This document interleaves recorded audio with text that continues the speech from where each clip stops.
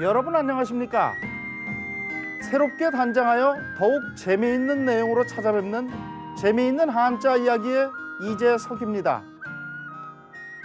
애벌레가 나비가 되려면 4번 동안 허물을 벗어야 하고 7, 8년간 단단한 껍질에 갇혀 번데기로 살며 고독의 세월을 견뎌야 합니다.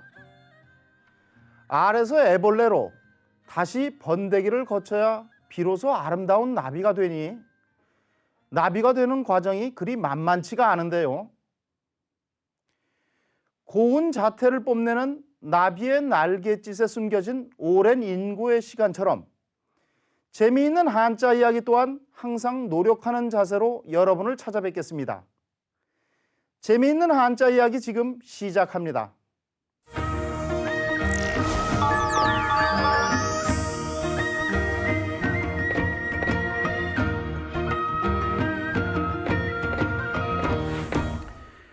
오늘의 한자는 도원결의인데요.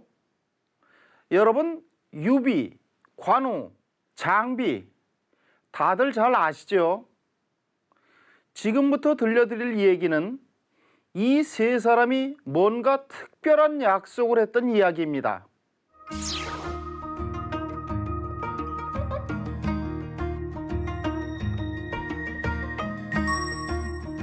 도는 복숭아 나무를 말합니다.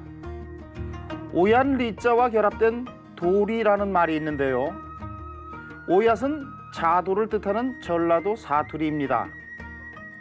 도리는 복숭아 나무와 자두나무라는 뜻으로 남이 천거한 훌륭한 인재를 비유하며 또한 우수한 제자를 뜻하기도 합니다. 그래서 찰만자, 하늘천자, 아래 하자로 구성된 도리만천하는 복숭아와 오얏이 천하에 가득하다는 뜻으로 우수한 문화생이 많음을 비유하는 말입니다.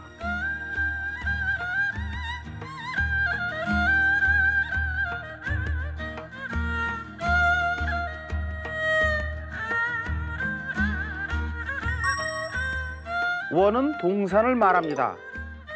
공변될 공자와 결합된 공원은 공중의 휴양, 보건, 놀이를 위해 만든 정원이나 유원지를 말하고 뜰 정자와 결합된 정원은 집안의 뜰이나 꽃밭을 말합니다.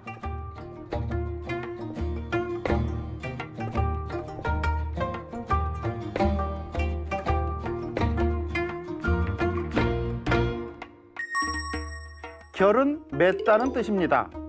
사람자, 풀해, 대명사 지자로 이루어진 결자해지라는 말이 있는데요. 맺은 사람이 풀어야 한다는 뜻으로 자기가 저지른 일은 자기가 해결해야 함을 이르는 말입니다.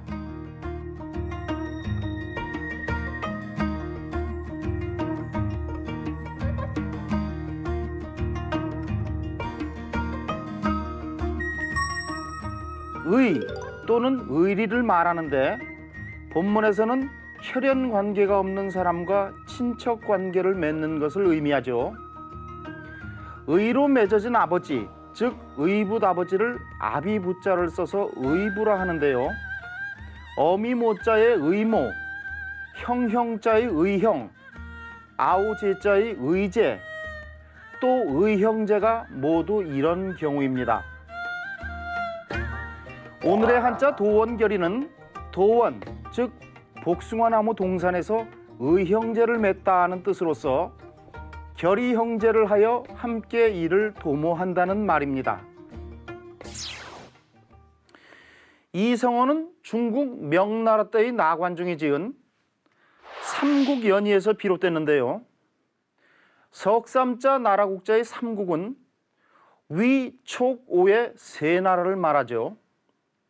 편련자, 뜻이자의 연의는 뜻을 부연하다는 의미를 가진 중국 고대 소설의 한 형식인데요. 이 연의 소설은 내용이 길고 역사적 사실을 소재로 삼는 특징이 있습니다. 자, 그럼 오늘의 이야기 도원결의 속으로 들어가 볼까요? 때는 바야흐로 후한 말기, 후한 말기는 정치와 사회가 아주 어지러웠던 시대였습니다. 중앙과 지방 관리들은 조세를 무한정 늘렸으며 지방의 호족들은 대량으로 토지를 약탈했기 때문이죠. 설상가상으로 수해와 가뭄, 메뚜기 떼로 인한 재앙이 해마다 끊이지 않아 백성들은 생계를 이어갈 수조차 없었습니다. 그리하여 마침내 전국적인 규모의 황건봉기가 일어나게 됐는데요. 황건봉기가 뭐냐고요? 후한 영제 때에 장각이란 사람이 있었는데요. 장각은 태평도라는 종교를 만들어 스스로를 대현량사라고 일컬었습니다. 태평도는 가난한 백성들의 마음을 사로잡았기에 황하유역에 빠른 속도로 전파됐죠. 이에 장각은 자신이 한나라를 대신하여 제위에 오른다고 예언하고 거사를 기도했답니다. 그런데 이 계획이 사전에 누설되자 다급해진 그는 경문을 전 교단에 띄웠고 마침내 수하의 36방이 황건, 즉 노란색 수건을 쓰고 일제히 봉기했죠. 그래서 황건봉기라고 하는 것입니다. 이윽고 장각의 군대는 유주 땅까지 들어오게 됐습니다. 자, 사태가 여기에 이르자 유주의 태수 유원은 의병을 모집하는 방문을 내걸었는데요. 마침내 탁현에 사는 유비라는 사람이 이 방문을 보게 됐습니다. 유비는 집이 가난해서 집신을 팔고 자리를 짜는 것을 생계로 삼고 있었는데요. 어려서 부친을 여인 그는 모친을 지성으로 섬기는 효자였습니다. 그날 유비는 거리에 붙은 방문을 보고 긴 한숨을 내쉬었습니다. 그런데 뒤따라온 장비가 사나운 목소리로 이렇게 말하는 게 아니겠어요? 대장부가 나라를 위해서 힘을 내지 않고 어째서 한숨만 쉬고 있소? 유비와 장비의 운명적인 만남은 이렇게 시작됐습니다. 이 두 사람은 서로의 뜻이 통함을 알고 주막에 가서 함께 술을 마셨는데요. 때마침 관우가 주막으로 들어와 의병 모집에 응해 성으로 들어가는 길이라며 술을 독촉했습니다. 고수는 고수를 알아본다고 했던가요? 유비는 그런 그의 모습이 범상치 않다고 생각해 자리를 함께하여 자신의 뜻을 말했죠. 이 말을 들은 관우는 크게 기뻐했습니다. 이에 장비가 제안을 했습니다. 우리 정원 뒤에 복숭아나무 동산이 있는데 바야흐로 꽃이 한창 피었으니 내일 동산에서 천지의 제사를 지내 고하고 우리 세 사람이 한 마음으로 협력한 후에 대사를 도모하는 것이 좋을 듯하오. 유비와 관우가 함께 응답을 했습니다. 그렇게 하는 것이 아주 좋겠소. 이튿날 도원에서 검은 소와 백마 등의 제수를 차려놓고 세 사람은 다음과 같은 맹세를 했습니다. 저희 유비, 관우, 장비는 비록 성씨는 다르지만 이미 의형제를 맺었으니 동심협력하여 곤궁하고 위태로운 나라를 구하여 위로는 국가에 보답하고 아래로는 백성들을 편안하게 하겠습니다. 같은 해, 같은 달, 같은 날에 태어나기를 바랄 수는 없지만 같은 해, 같은 달, 같은 날에 죽기를 원합니다. 천지신명께서는 실로 이 마음을 살피시고 만약 의를 저버리고 은혜를 잊는다면 하늘과 사람이 함께 죽이소서. 맹세를 마치고 유비는 형이 되고 관우는 둘째, 장비는 막내가 됐습니다. 이리하여 그들은 마을의 젊은이들을 이끌고 황건토벌에 나섰으며 훗날 유명한 삼고초려를 통해 제갈량을 맞이하여 마침내 위나라를 세운 조조, 오나라를 세운 손권에 대항해 한나라를 세웠는데요. 중국의 삼국시대는 이렇게 해서 시작됐습니다. 유비, 관우, 장비가 도원에서 결의형제한 이야기에서 비롯된 도원결의는 훗날 의형제를 맺거나 뜻이 맞는 사람들이 사욕을 버리고 목적을 이루기 위해 합심할 것을 결의하는 일로 널리 쓰이게 됐습니다.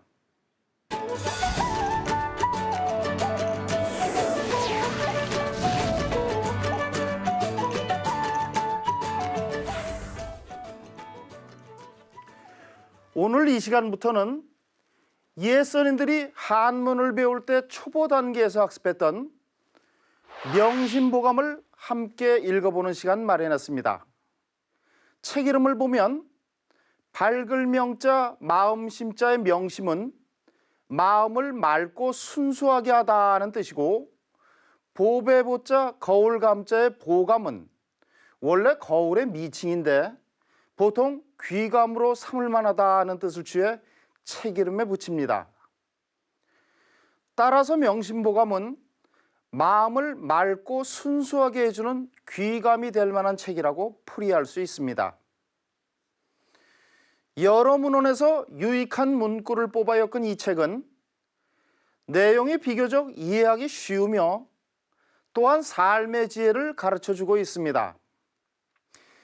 그래서 옛날에는 한문을 배우는 학동들이 천자문을 배운 후에 곧바로 이 책을 배우거나 혹은 경우에 따라 다시 계몽편, 동몽선습, 사자소학, 추구 등을 배우고 나서 이 책을 배우곤 했는데요. 즉 한문을 배우는 학동들은 어느 누구 할 것 없이 이 책을 읽었다고 할 수 있습니다. 명심보감의 편자는 중국 명나라 때의 범리본이라는 사람으로 전해지는데요. 그가 펴낸 책을 초간본이라고 합니다. 이것이 더 간추려져 오늘날 통행하는 초략본이 되었는데요. 여기에다 조선 마렵에 다시 몇 가지 내용이 덧붙여지게 됩니다. 본 방송에서는 이 초략본을 가지고 같이 배워보도록 하겠습니다.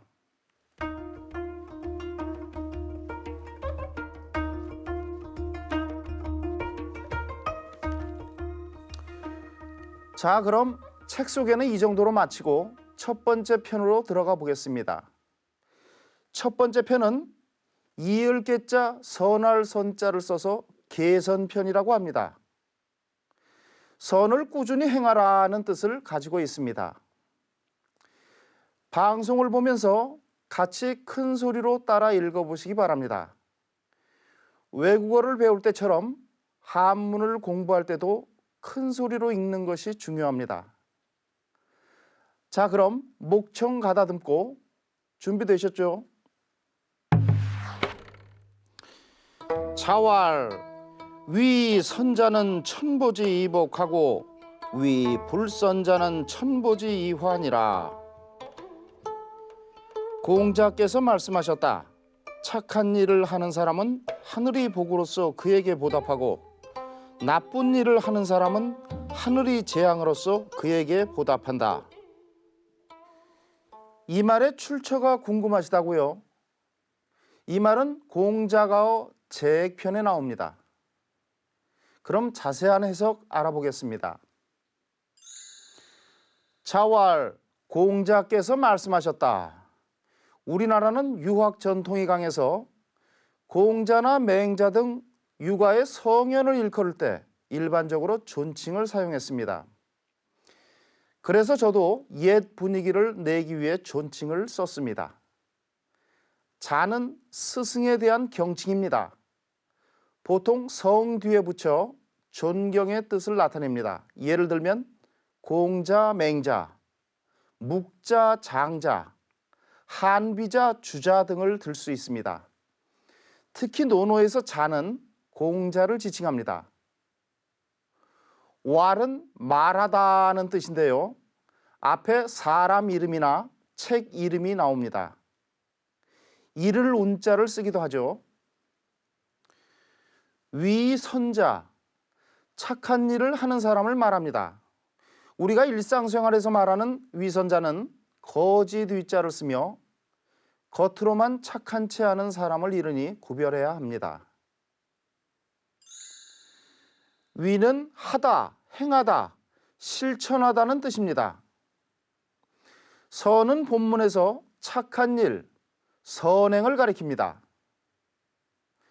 한문에서는 읽기 쉽고 이해하기도 쉬우며 또한 뜻을 명확하게 하기 위해 대꾸를 쓰는 경우가 많은데 여기서도 선과 불선, 복과 화가 대꾸를 이룹니다. 자는 조사로서 못못한 사람을 뜻합니다. 천보지이복, 하늘은 복으로서 그에게 보답한다. 여기서 천은 아시다시피 하늘을 말하죠. 보는 갚다, 보답한다, 보응하다는 뜻인데요. 은혜를 갚다는 뜻의 보은이나 원수를 갚다, 앙가품하다는 뜻의 보복, 남의 은혜를 갚다는 뜻의 보답이라고 할 때 씁니다.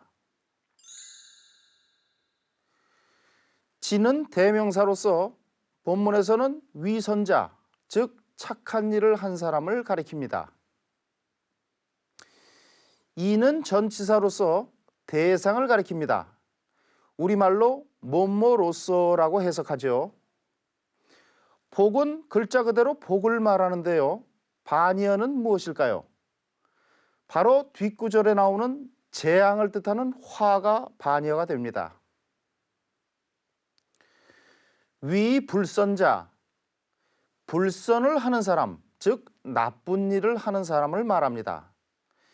위는 앞에서와 마찬가지로 하다, 행하다는 뜻입니다.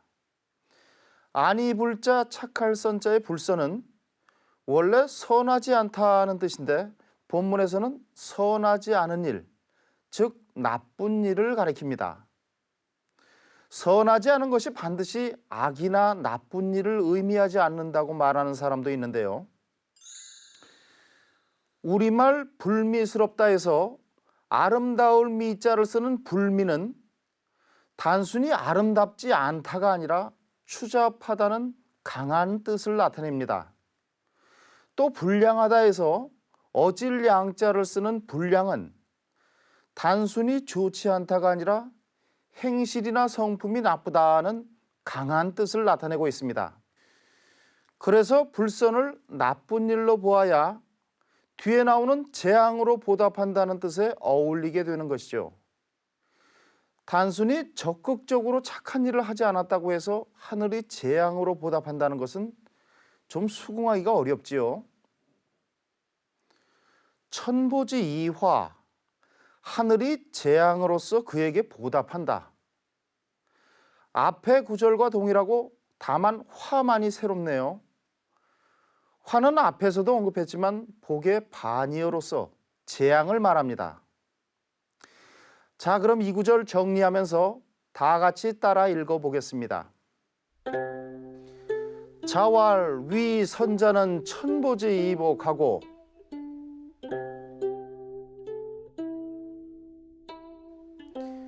위 불선자는 천보지이환이라.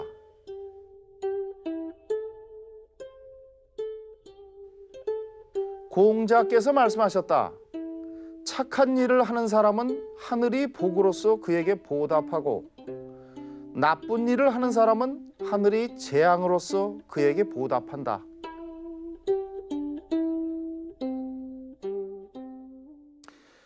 오늘 준비한 신명심보감은 여기까지입니다. 옛 선인들에게서 배우는 지혜의 향기, 다음 시간에도 기대하시기 바랍니다.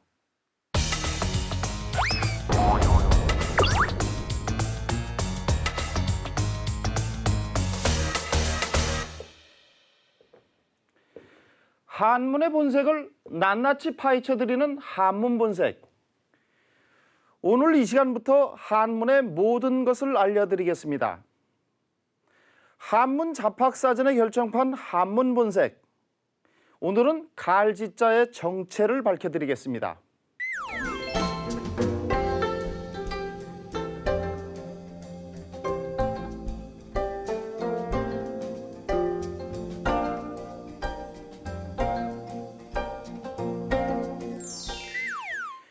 술 취한 사람이 비틀거리며 지그재그로 걸어가는 모습을 보고 우리는 저 사람 갈지자로 걷고 있네, 혹은 갈지자를 그리네 라고 표현하곤 합니다. 여기서 갈지자란 무엇일까요? 사실 갈지자는 한자의 지자를 말합니다. 이 글자의 생김새가 이리저리 비틀거리며 지그재그로 걸어가는 모습을 연상시키기 때문에 그런 표현이 생겨난 것이죠. 한문에서 이 지자는 대단히 자주 등장합니다. 그래서 이 지자를 제대로 알지 못하면 한문을 이해하기가 어려운 것이죠. 지는 크게 동사, 대명사, 구조조사 등 세 가지 용법으로 사용됩니다. 중국 최초의 체계적인 문자라고 하는 갑골문에 이미 이 글자가 등장하고 있습니다. 갑골문에는 A와 B로 되어 있는데 윗부분은 발을 뜻하고 아랫부분은 지면을 뜻합니다. 즉 발로 원래의 자리를 떠나 앞으로 가다는 뜻을 나타내고 있습니다. 그래서 지의 본래 의미는 동사로서 가다가 되는 것이죠. 맹자 고자 하편에 보면 이 뜻으로 사용된 용례를 볼 수 있습니다. 선생 장하지, 선생께서는 장차 어디로 가십니까? 여기서 지가 바로 가다는 뜻의 동사로 사용된 것입니다. 또한 지자는 대명사로 가차되어 사용됩니다. 대명사 지는 인칭 대명사도 되고 지시 대명사도 되는데요. 예를 들면 구지부득이란 말이 있습니다. 그것을 구하려고 하였으나 얻지 못하다는 뜻인데 여기서 지는 제3인칭 대명사로서 동사 구할 구자의 목적어 역할을 합니다. 한편 장자 소요유 편에 보면 지이충 우하지란 표현이 있습니다. 여기서 지는 지시대명사로 사용되어 이 두 벌레가 또 무엇을 알겠는가라는 뜻이 됩니다. 또 지자는 구조조사로 가차되어 사용됩니다. 즉 한정어와 중심어 사이에서 연결시켜주는 역할을 하는데요. 현대 중국어의 더에 해당합니다. 예를 들면 우리가 익히 알고 있는 세옹지마를 들 수 있는데요. 변방에 사는 노인이란 뜻의 한정어 세옹과 말을 뜻하는 중심어 마 사이에서 지가 연결해주는 역할을 하고 있습니다. 즉 세옹의 말이란 뜻이 되는 거죠. 이 밖에도 지자에는 목적어를 앞으로 도치시키는 역할이나 아무 뜻 없이 어조를 고르게 하는 역할 등 여러 가지 용법이 있으나 너무 자세하면 오히려 헷갈릴까 봐 큰 줄기만 설명했습니다. 이렇게 지자는 한문에서 다양하게 활용됩니다. 그래서 문장을 잘 보고 그 속에서 뜻을 확정해야 하는 것이죠.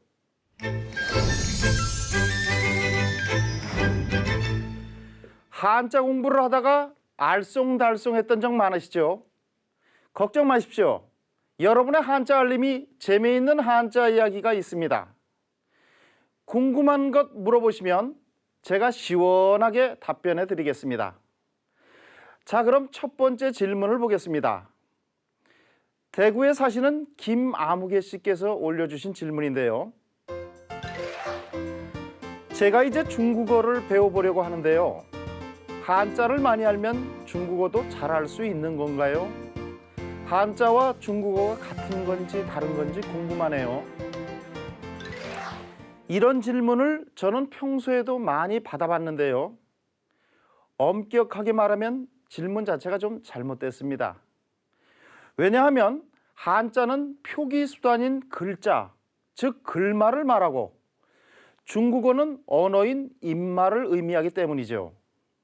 아마 질문하신 분은 한자와 현재 중국에서 사용하는 중국 글자와의 차이를 물어보는 것 같습니다.